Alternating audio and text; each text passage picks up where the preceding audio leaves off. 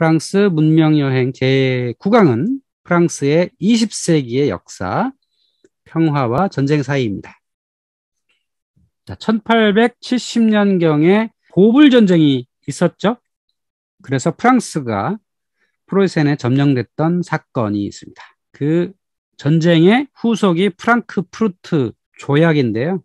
거기에 관련된 땅이 알사스 로렌이라는 거예요. 여러분 학창시절에 마지막 수업의 일화를 알고 계실 거예요. 프랑스 선생님이 학생들한테 이제 더 이상 프랑스어 수업을 하지 못하게 되었단다 라고 얘기했던 그 땅이 알자스 로렌인데요. 사실은 그 땅은 한 70% 이상이 독일어를 쓰는 사람들의 권역이었어요. 자, 왜 그러냐면 여기에 역사가 굉장히 복잡해요. 서기 870년경에 메르센 조약으로 동프랑크의 영역이 됩니다. 그러니까 독일어를 쓰는 사람이 많을 수밖에 없죠. 그러다가 800년 지나서 베스트팔렌 조약 후에 프랑스령이 되었고요. 1871년 프랑크푸르트 조약에 의해서 독일 제국운영이 됩니다. 알사스 로렌을 독일 쪽에 뛰어간 거죠. 왜냐하면 이쪽에 독일어로 쓴 사람이 더 많으니까 자연스럽게 된 거죠. 그러다가 1차 대전이 끝난 베르사유 조약으로 프랑스령이 되었다가 독일 나치에 합병되었고 지금은 프랑스 영토죠. 그러나 여전히 이 지역은 독일어를 쓰는 사람이 더 많다는 거. 그러니까 독일과 프랑스의 접경지대라고 할 수 있습니다. 자, 이 보불전쟁이 끝난 이후에 1914년 1차 대전이 끝나기 전까지를 벨 에포크 시대라고 부릅니다. 자, 왜 이런 시대 이름이 붙었냐면 유럽에 전쟁이 없던 아름다운 시절이기 때문입니다. 그래봐야 한 50년 정도 되는데 그러니까 유럽 역사에 전쟁이 50년 동안 없었던 적이 없었다는 거죠. 그리고 이 시대에 산업혁명이 등장을 해서 경제부흥을 했다는 겁니다. 특히 독일이 후발주자이지만 산업혁명에 의해서 도이치 제국이 등장했던 그 시대다. 발칸반도의 오스만 투르크가 물러나고 그곳에 세력균형이 붕괴되었던 시대다. 자, 1871년 이후에 유럽 국가 형성기가 등장을 합니다. 물론 프랑스, 에스파냐, 잉글랜드는 독립국가가 만들어진 지 오래됐지만 독일 지역, 동유럽 지역, 이탈리아 반도, 발칸반도 이쪽에는 여러 나라들의 역사가 있었다가 이때 본격적으로 독립국가가 등장을 합니다. 1871년에 북도이치 제국이 탄생을 했고 1861년에는 이탈리아가 통일돼서 이탈리아는 나라가 이제 첫 탄생을 하게 되고요. 오스만의 세트로 인해서 발칸반도에 여러 민족 국가가 탄생을 하게 되었습니다. 자, 이 벨 에포크, 아름다운 시절이라고 부르는 이들한테는 아주 영광스러운 이 시대는 식민지 경영이 큰 도움이 되었죠. 물론 내부에 산업혁명이 있었지만 산업혁명이 있으려면 소비 시장이 있어야 되잖아요. 그 소비 시장의 역할을 식민지가 많이 했던 거죠. 프랑스의 북아메리카의 식민지는 루이지애나를 나폴레옹 시절에 미국에 팔았기 때문에 북부의 캐나다 지역만 일부 남아 있었죠. 프랑스의 식민지의 가장 중요한 땅은 서부 아프리카라 할 수 있죠. 그래서 지금도 이 서부 아프리카와 프랑스는 상당히 연계되어 있습니다. 물론 식민지는 다 벗어났지만 여기에 상류층들은 여전히 프랑스어를 쓸 줄 알거든요. 그러니까 이때 식민지가 소비 시장으로서 큰 역할을 한 거죠. 여기 마다가스카르도 있고요. 인도차이나 반도에도 프랑스의 식민지가 있었죠. 식민지와 본토와의 연결을 통해서 국가 경제가 상당히 발전을 하게 된 그런 의미로 볼 수 있겠죠. 당연히 영국도 이런 식민지 덕분으로 해가 지지 않는 나라를 만들 수 있었던 거죠. 그래서 영국은 아프리카를 북쪽에서 남쪽으로 식민지를 쭉 만들어 나갔고 인도, 그다음에 호주, 뉴질랜드, 또 아메리카 땅에 식민지가 있었기 때문에 영국의 국가 경쟁력은 식민지 덕분이라고 해도 과언이 아닐 수 있는 거죠. 제가 보기엔 오늘날에도 이런 식민지의 영향으로 인해서 영국과 프랑스가 잘 먹고 잘 살게 되는 이유가 아닐까 싶습니다. 그러면 1870년 이후에 가장 중요한 변화의 땅이 어디냐면 발칸반도였습니다. 이 발칸반도는 오랫동안 오스만 투르크의 영역이었죠. 그러다가 점차 이 발칸반도에 있는 땅들이 독립국가로 독립하기 시작합니다. 1699년에 헝가리, 1699년에 트란실바니아, 이집트가 1811년, 그리스가 1830년, 왈라키아가 1829년, 세르비아가 1817년 이렇게 하나하나 독립국가들로 떨어져 나오다 보니까 여기에 힘의 공백이 생기는 거죠. 특히 발칸반도가. 자, 오스만 투르크가 발칸반도를 확실하게 쥐고 있었을 때는 오스만 투르크가 최선진국이었으니까 러시아를 막고 합스부르크 제국을 위협을 했지만 그 오스만 투르크가 점차 약해짐으로써 그 땅을 둘러싼 패권 전쟁이 일어나게 된 겁니다. 특히 독오 동맹, 독일 제국과 오스트리아 헝가리 제국이 연합을 해가지고 여기에 발칸반도를 그들의 영역을 하고 싶은 거고, 또 러시아가 남하 정책을 지속적으로 하니까 여기를 막고 싶었던 거죠. 그래서 삼국 동맹이 만들어집니다. 독일 제국, 오스트리아 헝가리 제국, 이탈리아를 포함한 세 나라가 연합을 하게 되죠. 프랑스나 영국은 가만히 안 있겠죠. 그래서 먼저 프랑스는 러시아와 손을 잡습니다. 이게 러블 동맹인데요. 1892년부터 1917년까지 성립된 군사 동맹이다.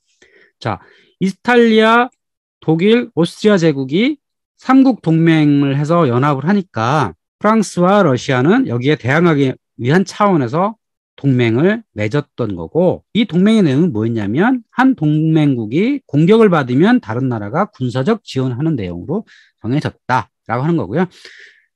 그러니까 자연스럽게 영국과 프랑스의 영불협상, 영러 협상이 자연스럽게 만들어짐으로써 영국, 프랑스, 러시아가 동맹을 맺는 삼국 협상을 형성하는 계기가 되었고요. 러시아 입장에서는 당시 러시아는 농업 국가였거든요. 상당히 후진된 나라였는데 이 나라가 현대화를 하고 싶었죠. 그러다 보니까 돈이 필요하잖아요. 그 돈은 어디서 조달하느냐? 프랑스와의 동맹을 통해서 조달할 수 있지 않겠느냐라고 하는 희망, 기대가 있었던 거죠. 그래서 시베리아의 횡단철도를 프랑스가 빌려준 돈으로 만들 수 있었다는 겁니다. 자, 이렇게 해서 삼국 동맹, 삼국 협상이 만들어집니다. 자연스럽게 영불협상이 1904년에 이루어지게 됩니다. 자, 영국과 프랑스가 공동의 적이었던 독일 제국의 진출을 방지하기 위해서 이 두 나라가 갖고 있었던 식민지에 관해서 맺은 협상입니다. 자, 식민지들이 여러 지역에 있죠. 특히 아프리카에서 많이 부딪혔거든요. 영국은 이집트에서부터 남아군까지 남북으로 종단하는 식민지가 있었고, 프랑스는 서쪽에 세네갈이나 가봉에서부터 동쪽, 에티오피아까지 동쪽으로 이어지는 식민지를 갖고 있다 보니까 서로 중간에서 만나게 되잖아요. 전쟁을 벌인 적도 있어요. 그러다 보니까 이게 해결이 필요했던 거고, 태평양과 대서양의 여러 지역에서도 수시로 부딪히게 되니까 이걸 한번 정리를 해보자라고 한 차원에서 영불협상이 만들어지게 된 겁니다. 자, 이집트에 있어서는 영국의 우월권, 모로코에 있어서는 프랑스의 우월권을 서로 승인을 하게 됩니다. 이로써 삼국 동맹과 삼국 협상이 만들어집니다. 자, 여기 녹색 세 나라는 영국, 프랑스, 러시아. 옅은 갈색, 여기는 삼국 동맹이 만들어지는데, 이탈리아가 이때 삼국 동맹에서 이제 빠지게 되고요. 이탈리아는 별 이득이 없다. 이탈리아는 별로 식민지도 많지가 않았고, 또 발칸반도의 어떤 세력권을 가지기에는 좀 무리가 있다. 해서 이탈리아는 여기서 스스로 빠져나갑니다. 그러고 나서 여기에 이탈리아 대신에 들어왔던 게 오스만 투르크였던 겁니다. 자, 오스만 투르크는 왜 여기 끼어들었냐면 러시아가 계속 남하를 하거든요. 러시아와 부딪히는 게 오스만 투르크였어요. 흑해를 두고 러시아하고 오스만 투르크 싸웠고, 또 카프카지 지역에서도 러시아와 부딪혔고, 그러다 보니까 당연히 자연스럽게 오스만 투르크는 러시아의 반대편에 있는 독일 제국과 함께 할 수밖에 없었던 거죠. 이렇게 삼국 협상과 삼국 동맹이 치열하게 대치되고 있던 사이에 여기에 도화선이 되는 사건이 있었죠. 우리가 세계사 시간에 많이 배웠던 그 사건입니다. 사라예보 사건이죠. 1914년 6월 28일에 있었던 사건입니다. 자, 보스니아 헤르체고비나 수도 사라예보에서 일어난 사건이죠. 오스트리아 헝가리 제국의 황희 계승자였던 페르디난트 대공과 호헨베르크 공작 부부가 사라예보를 방문을 했을 때 가브릴로 프린치프라고 하는 청년이 이 부부를 저격한 사건이죠. 그럼 이 청년은 이 대공부를 왜 썼냐면 청년 보스니아라는 민족주의 조직에 속해가지고 자신의 땅 그 세르비아가 점차적으로 독일과 오스트리아 제국에 흡수되고 있었기 때문에 그걸 막고 싶었던 거죠. 근데 이 대공이 살해가 되니까 어떻게 되죠? 이 사람이 다음 그 황제의 황희 계승자였는데, 그러니까 여기 독일 제국에서, 독일 오스트리아 제국에서 가만히 안 있었겠죠. 그래서 이게 1차 세계대전 도화선이 되었고, 발칸반도로 독일군이 진군하게 되는 것으로 1차 세계대전이 벌어지게 된 겁니다. 자, 그러면 1차 세계대전을 정리해보면 이렇습니다. 이 전쟁의 특징은 공중전, 암호, 말, 화학전, 철도, 전략 폭격 기술, 참호전, 국가 총력전. 그러니까 그 전까지 있었던 전쟁 중에서 가장 컸다라고 하는 겁니다. 그래서 세계대전이라고 붙였는데요. 사실은 뭐 이게 유럽 전쟁이죠. 근데 여기다가 러일 전쟁까지 포함시켜가지고 흔히 세계 1차 대전이라고 부르는데, 엄밀하게 말하면 유럽에 있었던 가장 큰 전쟁? 뭐 이렇게 할 수도 있겠죠. 자, 사상자로 보면 장병 900만 명, 전사 2,300만 명 부상, 합계 3,200만 명의 사망 및 손상이 있었다. 민간인 사망자만 2천만 명이었다. 연합국은 1천만 명, 동맹국은 800만 명, 중립국이 200만 명이었다. 그러니까 그 전까지 있었던 그 어떤 전쟁보다 사상자가 많았던 전쟁이라 할 수 있죠. 왜 그러냐면 무기가 좋아서 그렇죠. 공중전도 있었고 화학전도 있고 폭격기도 있고, 그러다 보니까 이제 어떤 전쟁이 변화되는 시점에 있어서 군인뿐만 아니라 민간인도 많이 죽게 되었던 겁니다. 그래서 이 전쟁이 끝난 이후에 등장했던 협정은 베르사유 조약, 오스만 제국의 분할하고자 하는 사이크스-피코 협정이라 하시죠. 이거 중동 나라들을 어떻게 분할할 것이냐 해가지고 프랑스와 영국이 했던 협정이죠.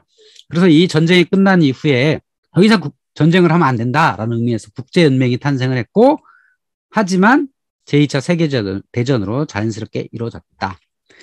이 전쟁이 끝난 이후에 가장 큰 손해를 본 나라는 어디냐면 오스만 투르크였어요. 그래서 오스만 투르크가 갖고 있었던 많은 땅들이 분할이 되었죠. 그래서 영국과 프랑스가 이게 나눠 가지게 되고, 북아프리카도 독립하게 되고, 또 오스만 제국 내에 있었던 아르메니아인이 집단 학살을 당했고, 아시리아인들이 죽었고, 종교별, 민족별 대이동이 일어나게 되는 아주 비극적인 사건이 있었고요. 또 여러 나라들이 제국이 해체되었습니다. 제국이라는 건 황제가 다스리는 나라가 제국이잖아요. 그런 황제들이 이때 많이 물러납니다. 독일 제국이 해체가 되고, 오스만 투르크 제국이 해체돼 공화국이 되고, 오스트리아 합스부르크 제국이 없어지고, 이탈리아가 그전까지 왕국이었는데 또 공화국으로 바뀌게 되는 이런 사건이었습니다. 그래서 지도로 보시면 1차 대전은 두 전선에서 주로 치열하게 대치했죠. 동부전선, 독일 중심으로 하면 독일의 동부, 폴란드에서부터 발칸반도까지 이어지는 동부전선에서 있었고, 서부전선, 프랑스와 경계에 있었던 서부전선에서 있었다. 우리는 영화 같은 데서 워낙 서부전선에서 치열하게 싸운 걸 많이 봤기 때문에 저 서부전선은 실제로 더 맹렬한, 더 치열한 전선일 것이라고 생각을 하지만, 여기 지도에서 보시면 훨씬 동부전선이 더 많은 사상자, 더 많은 군인들, 더 많은 민간인들이 죽었던 곳이었다. 그리고 그 외 여러 지역에서 전쟁이 벌어지고 있었다라는 것을 우리가 이해할 필요가 있습니다. 서부전선에서는 교착 상태가 많이 빠졌죠. 참호전이 이루어졌습니다. 그러니까 그 전까지 그 무기라는 게 그 총 같은 게 변변치 않았는데, 이때부터 총의 성능이 좋아져가지고 많은 사상자가 났는데, 이때 그 참호를 파가지고 서로 총질만 열심히 해댄 거예요. 그래서 어떤 특정 세력이 더 이기지 못하고 참호 속에서 오랫동안 그 대치하게 되는 그런 일들이 벌어졌죠. 이게 그 이유가 기존 전쟁 수행법이 무력화가 된 겁니다. 무기가 발달하다 보니까, 또 양쪽 나라가 똑같은 전략 전술을 취하다 보니까 이렇게 고착 상태가 오래 지속되게 되었던 거고요. 또 초기 전차전, 화학전 있었다. 그래서 사상 최악의 인력 소모가 있었다라고 하는 겁니다. 실제로 더 혹독한 것은 서부전선이 아니었고 동부전선이었다고 하는 거죠. 여기 화학전도 발생을 했었고 러시아군의 참호에서 많은 러시아군이 죽었고 그래서 이 폴란드나 루마니아, 불가리아 이쪽에서 오히려 더 많은 사람들이 죽었던 더 많은 군인과 더 많은 민간인들이 죽었던 게 동부전선이었다고 하는 겁니다. 해상전은 기본적으로 영국이 함대가 유리했기 때문에 영국이 우세하고 있었지만 당시에 발명되었던 잠수함 독일의 유보트가 상당히 큰 역할을 했다라고 하는 거죠. 그런데 이 유보트가 결국은 미국의 참전을 이끌어내게 됐다라는 겁니다. 영국 측의 정기 여객선이었던 루시타니오가 군수물자를 싣고 있다는 이유로 공격을 하게 됐고 이 배에 타고 있던 128명의 미국 승객이 사망하게 되면서 미국과 독일의 관계가 악화되고요.